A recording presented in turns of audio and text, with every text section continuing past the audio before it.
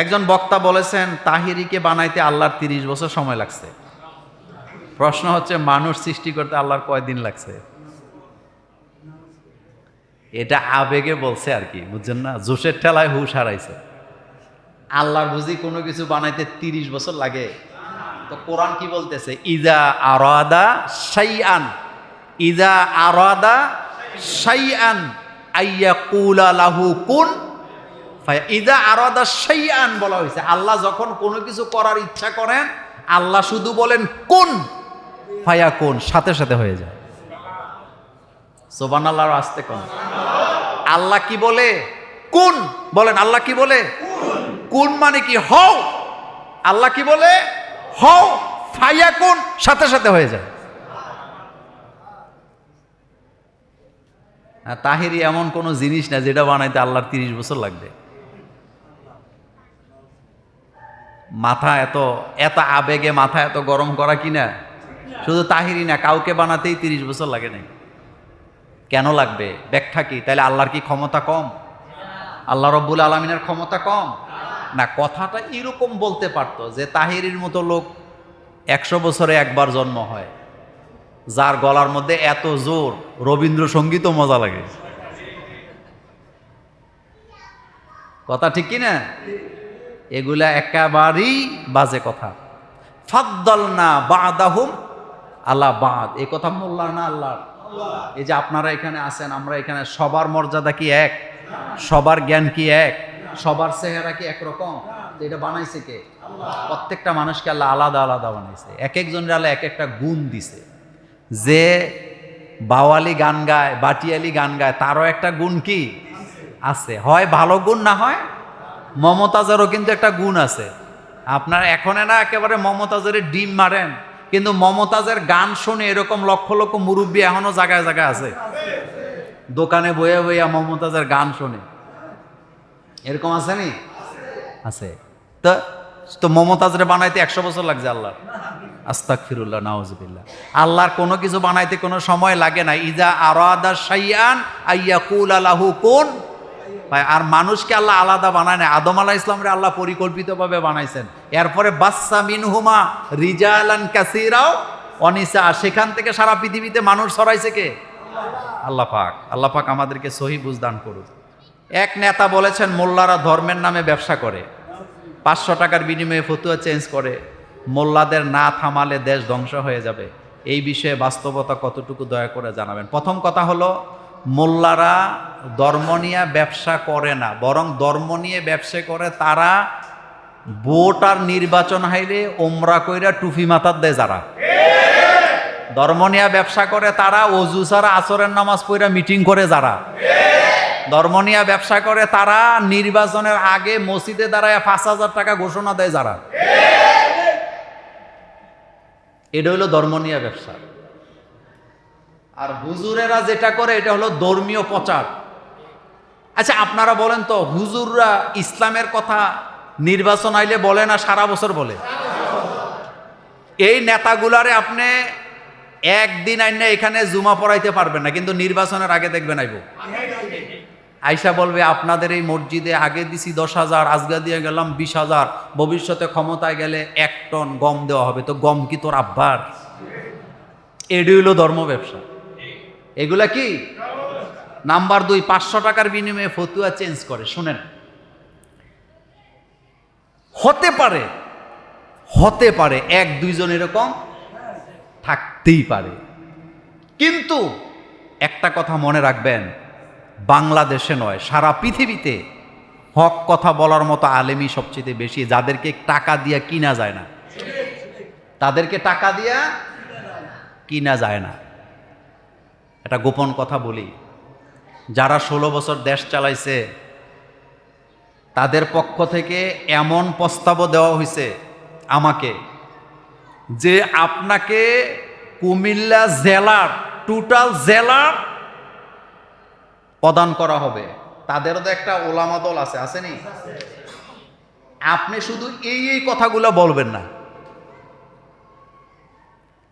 এই পদ দিয়া দেখাইয়া আমাকে নেওয়া তো দূরের কথা, 16 বছরে ইসলামী ফাউন্ডেশনের একটা প্রোগ্রামে আমাকে নিতে পারে নাই।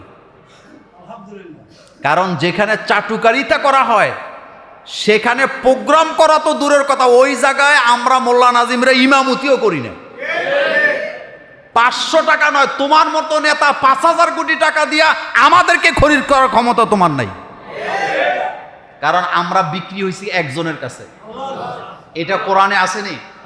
এ কথা কোরআনে আসেনি? ইন্নাল্লাহ হাসতারা, কোন সূরার আয়াত? কোন সূরার আয়াত এটা? সূরা তাওবা। বলেন কোন সূরা? মোমেনের জান এবং মালের বিনিময়ে আল্লাহ তার কাছে জান্নাত বিক্রি করে দিছে। তাহলে আমরা বিক্রি হয়েছি কার কাছে? আল্লাহ পাকের কাছে। সুতরাং এগুলা একেবারেই বাজে কথা। এরপর একটা কথা বলছে, মোল্লাদের না থামাইলে ধ্বংস হয়ে যাবো দেশ।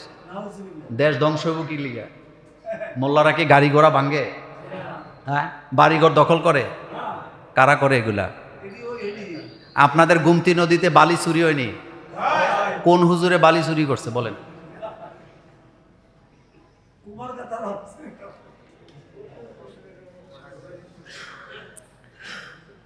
একজন শাহবাগী নারী দাবি করেছেন মসজিদে নাকি প্রত্যেক জুমার খুতবায় নারীদেরকে গালাগালি করা হয়। আপনাদের এই মসজিদে হয়নি? মসজিদে নারীদেরকে গালাগালি করা হয় বলেই বোধহয় নারীরা এত মজার মজার রান্না করে হুজুর করে খাওয়ায়।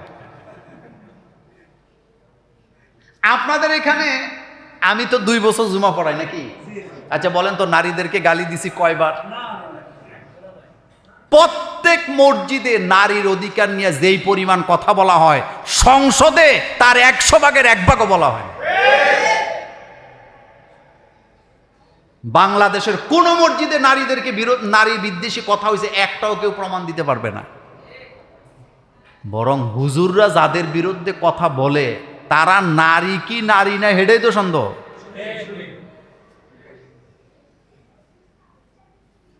আচ্ছা আপনি বলেন তো, নারী পুরুষ আলাদা আলাদা বানাইছে কে? নারীদের কি সম্মান আল্লাহর কাছে কম না বেশি? আমি আপনাদেরকে একটা কথা বলি, মেয়ে কন্যা সন্তান জন্ম হইলে যেই মর্যাদার কথা রাসূলুল্লাহ বলেছেন, ছেলে সন্তান জন্মের পরে এই মর্যাদার কথা কি কোনো হাদিসে এইভাবে আসছে? আসছে না। রাসূল বলেছেন, যার ঘরে একটা মেয়ে তার ঘরে কয়টা জান্নাত? ছেলের ব্যাপারে এমন কথা আসেনি? আচ্ছা জান্নাত কি বাপের পায়ের নিচে না মায়ের পায়ের নিচে? একটা কথা মনে রাখবেন, যার যেখানে যেই মর্যাদা দেওয়ার দরকার আল্লাহ সেটাই দিছে। নারী হিসাবে আল্লাহর সৃষ্টির তাদের অনন্য মর্যাদা রয়েছে, যেটা তারা নিজেরা বুঝে না। নিজেরা কি বুঝে না, এই জন্য তাদেরকে বুঝতে হবে নারীর মর্যাদা ইসলাম কতটুকুন দিয়েছেন। যতটুকুন দিলে পরে তাদের কোনো আফসোস, শোনেন, এই নারীগুলা যখন জান্নাতে যাবে তাদের কোনো আফসোস থাকবে না। এই ব্যাখ্যা আরেকদিন আলোচনা করব। তবে একটা কথা মনে রাখবেন, আমাদের দেশের কোনো মসজিদেই নারী বিদ্বেষী কথা হয় না। এবং বাংলাদেশে যদি আপনি লিস্ট করেন, সবচেয়ে বেশি নিরাপদে আছে আলেম ওলামার স্ত্রীরা। হতে পারে 1-2 জন ব্যতিক্রম, কিন্তু সবচেয়ে বেশি নিরাপদে আছে ইসলামপন্থীদের স্ত্রীরা। বাংলাদেশের কোনো আলেম যৌতুকের জন্য বউ পিড়ায় বাপের বাড়িতে পাঠাইছে এমন প্রমাণ আপনাদের কাছে আছে নাকি?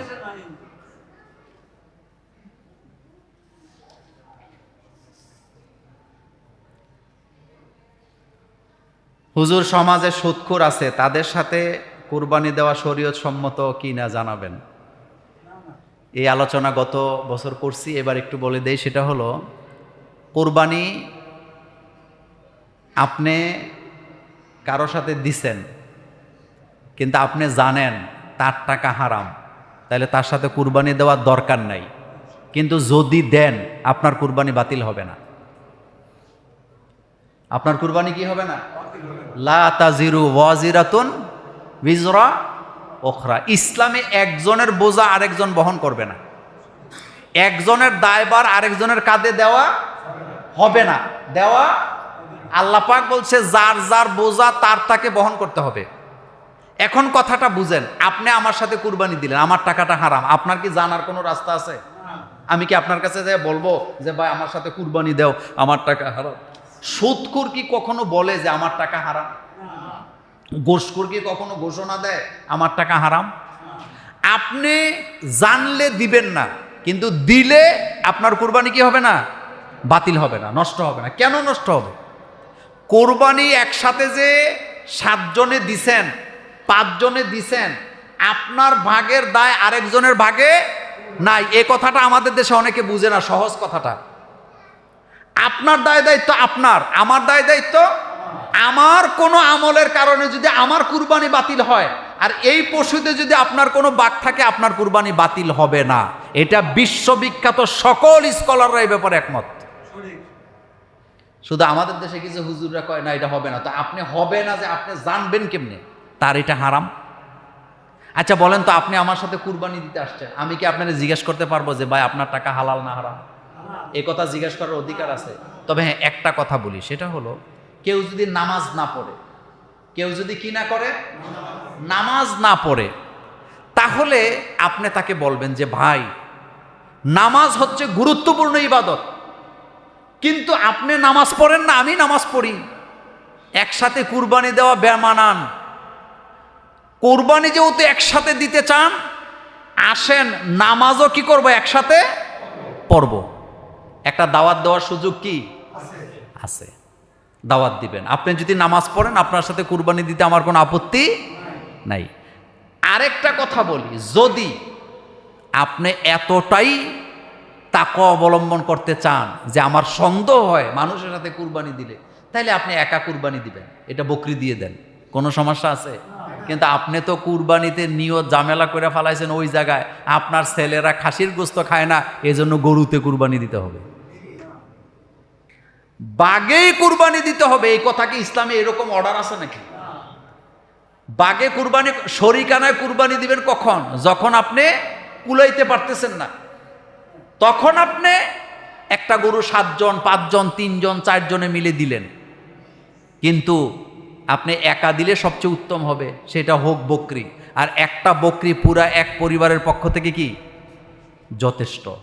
এজন্য সুদখোর ঘুষখোরের সাথে জাইন্না বুজ্জা কুরবানি দেওয়ার কোনো দরকার নাই। তবে যদি দিয়ে দেন, তাহলে আপনার কুরবানি কি হবে না? বাতিল হবে না। হুজুর, আমাদের এলাকাতে একটি কবরে প্রায় রাত্রে আগুন জ্বলে, যা আমার নাবালক ছেলে দেখতে পায়, কিন্তু আমরা দেখি না। এর কারণ কি হতে পারে? প্রথম কথা হলো এখানে গ্যাস টেস থাকতে পারে, আমি জানি না।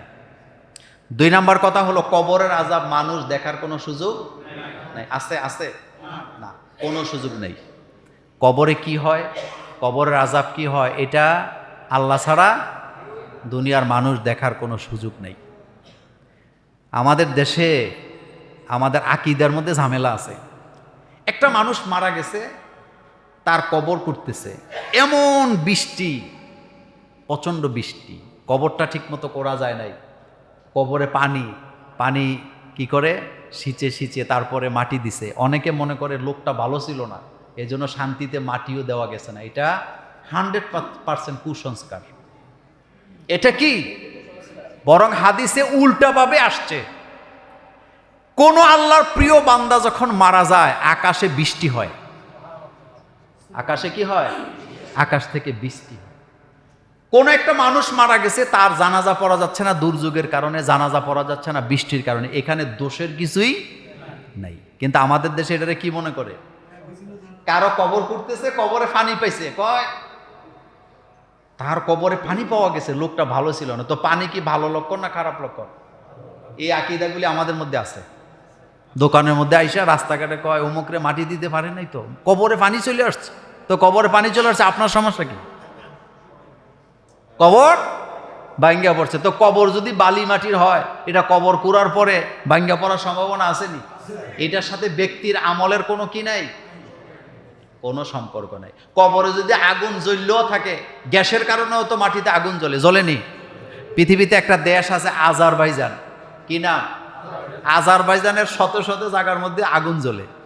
পৃথিবীতে একটা দেশ আছে ইন্দোনেশিয়া, কি ওখানে বিভিন্ন জায়গায় আগুন জ্বলে। তা আপনি কি বলেন? আর মাটির নিচে যে আগুন আছে, এই কথাটা কার? বিজ্ঞানীদেরও কথা, আল্লাহরও কি কথা। সুতরাং আগুন জ্বলছে মানে ওই লোকটা খারাপ, লোকের কবরে আযাব হচ্ছে, এরকমের আকীদায় বিশ্বাস করার কোনো কারণ নেই। কবরের আযাব দেখা যায় না। আরেকটা কথা বলে রাখি, আমাদের দেশে মানুষ ভয়েতে অনেক কিছু দেখে যেটার কোনো অস্তিত্ব নেই। একা একা ঘরের মধ্যে শুয়ে আছে, ইঁদুর খটখট করে, হাতের কাছে মনে হয় ভূত চলে আসছে। এরকম ভয় আপনারা জীবনে বোধহয় পান নাই। কই এই ঘরে তো ঘুমান যায় না। কয় কেন? কয় ঘরে যে অবস্থা, কত কিছু বাস করে। সকালবেলা বাতি জ্বালা দেয় ইন্দুর, বিড়াল, এরকম আসেনি? এই ভয় আমরা বাঙালিরা এই ভয়ে ভীতু। মাশাল্লাহ দিলে ঘর থেকে বাইর হয় না, রাস্তা দিয়ে হাঁটলে কি গায়? গান গায়। এগুলা কিছুই না, এগুলা কিছুই না। আপনি ঘুমের আগে কোরআন তেলাওয়াত করবেন। 2 ভাই প্রবাসে থাকা, আর্থিক সমস্যার কারণে একজনের পক্ষ থেকে কুরবানি দিয়ে সেই মাংস 2 ভাগ করা যাবে কিনা? প্রথম কথা হলো, চুলা যদি একটা হয় তাহলে একটা বকরি যথেষ্ট। বলেন কয়টা? কিন্তু চুলা যদি 2টা হয়, একজনে কুরবানি দিবে আর গোস্ত 2 ভাগ করবেন, এটা হবে না। এমনিতে আপনি একজনের পক্ষ থেকে কুরবানি দিয়ে তাকে গোস্ত দেন, কোনো অসুবিধা আছে? কিন্তু বাগাবাগির কথাটা আসে কেন? বাগাবাগির কথাটা তখন আসে যখন দিলের মধ্যে কি আছে? সমস্যা আছে। সমস্যা নাইলে সব কথা না বললাম। চুলা যদি একটা হয়, কুরবানি কয়টা যথেষ্ট? একটা। চুলা যদি 2টা হয়, এক কুরবানি দিয়া 2 ভাগ করবেন, হবে? আর আপনি ভাইয়ে ভাইয়ে এত বাগাবাগির দরকার কি? একসাথে খান, একসাথে রান্না করেন, একসাথে রান্না করে নেন, কোনো অসুবিধা আছে? কিন্তু গোস্ত 2 ভাগ করতে হবে কেন? এই ভুলটা আমরা অনেকেই কি করি। এটা করার কোনো দরকার নেই। কোনো মহিলার স্বামী থাকা সত্ত্বেও ফেসবুক, ইউটিউবে চেহারা দেখিয়ে ব্যবসা বিজ্ঞাপন করতে পারবে কিনা? এই ব্যবসা করে যা উপার্জন করবে তা হালাল হবে কিনা? প্রথম কথা হলো, মহিলাদের চেহারা এটাও পর্দা। বলেন এটা কি পর্দা? আমাদের দেশে যে ফতুয়া অনেকে দেয় যে চেহারাটা খোলা রাখা যাবে, এটা জায়েজ বলা হয়েছে। বলেন কি বলা হয়েছে? জায়েজ। তো জায়েজটা কি? কিন্তু আপনি যদি ঠান্ডা মাথায় একটু চিন্তা করেন, নারীদের সবচেয়ে আকর্ষণীয় জিনিস কি? মুখমণ্ডল। এটা তাকওয়া। বলেন এটা কি? তাকওয়া। এটা ঢেকে রাখবেন। মুখ দেখে ফেললে আর পর্দা কি? সেজন্যে মহিলাদের চেহারা এটা দেখানো যাবে না। নাম্বার 2, ফেসবুকে, ইউটিউবে মহিলারা যে কাজগুলা ইদানিং করে, এই জিনিসগুলা জায়েজ হওয়ার কোনো কারণই নেই। আর যে সমস্ত ভাষা ইউজ করে, আস্তাগফিরুল্লাহ, নাউজুবিল্লাহ, জাতি কিন্তু ধ্বংস। আপনি দেখবেন ফেসবুকে ঢুকবেন, ওয়াজের ভিডিও খুবই কম আসে। কথা ঠিক নেই? আর যারা ওয়াজের ভিডিও চালায় তারা মাসে একবার স্ট্রাইক খায়, চ্যানেল বাতিল, এটা লাল দাগ। কিন্তু নষ্টামি, এরপরে দৌড়াদৌড়ি, এরপরে বিশ্রী জিনিসগুলি যেগুলা দেয়, এগুলার বিরুদ্ধে কোনো কি নাই? কোনো আইন নেই। কারণ এটা চালায় ইহুদিরা। এটা কন্ট্রোল করে কারা? আপনি ফেসবুকে ইহুদি শব্দটাও ব্যবহার করতে পারবেন না। ইহুদি শব্দ লেখলে আপনার এটা বাদ। এই হচ্ছে দুনিয়ার অবস্থা। সেজন্যে এই যে চেহারা দেখায় ব্যবসা করা, এটা হারাম। এটা কি নাই? জায়েজ নাই। নারীরা ব্যবসা করতে পারবে, তবে ক্রেতাও নারী, বিক্রেতাও হবে। কথা কন না কেন? ক্রেতাও হবে নারী। ইসলাম যদি ক্ষমতায় আসে, মার্কেট হবে, যেই মার্কেটে বিক্রেতাও নারী, ক্রেতাও পুরুষেরা ঢুকতে পারবে না। আর আমাদের দেশে এই যে নারীদেরকে ব্যবসা, ইদানিং কাপল ভিডিও আসেনি, একটা জাতিকে নোংরার দিকে নিয়ে যাচ্ছে। এগুলো নিয়ে কথাও বলতে চাই না। একটা জাতিকে নোংরা করার জন্য যা যা ব্যবস্থা সব এগুলাতে আছে। নারী ব্যবসা করতে পারবে না, ইসলাম একথা একবারও বলে নাই। খাদিজাতুল কুবরার উপমা অনেকে দেয় যে খাদিজা রাদিয়াল্লাহু তাআলা আনহা তিনি তো ব্যবসায়ী ছিলেন, তো খাদিজা রাদিয়াল্লাহু তাআলা আনহা চেহারা দেখায় ব্যবসা করছে? পাবলিসিটি করে ব্যবসা করছেন? খাদিজা রাদিয়াল্লাহু তাআলা আনহার বাপ দাদা 14 গোষ্ঠী ছিল ব্যবসায়ী।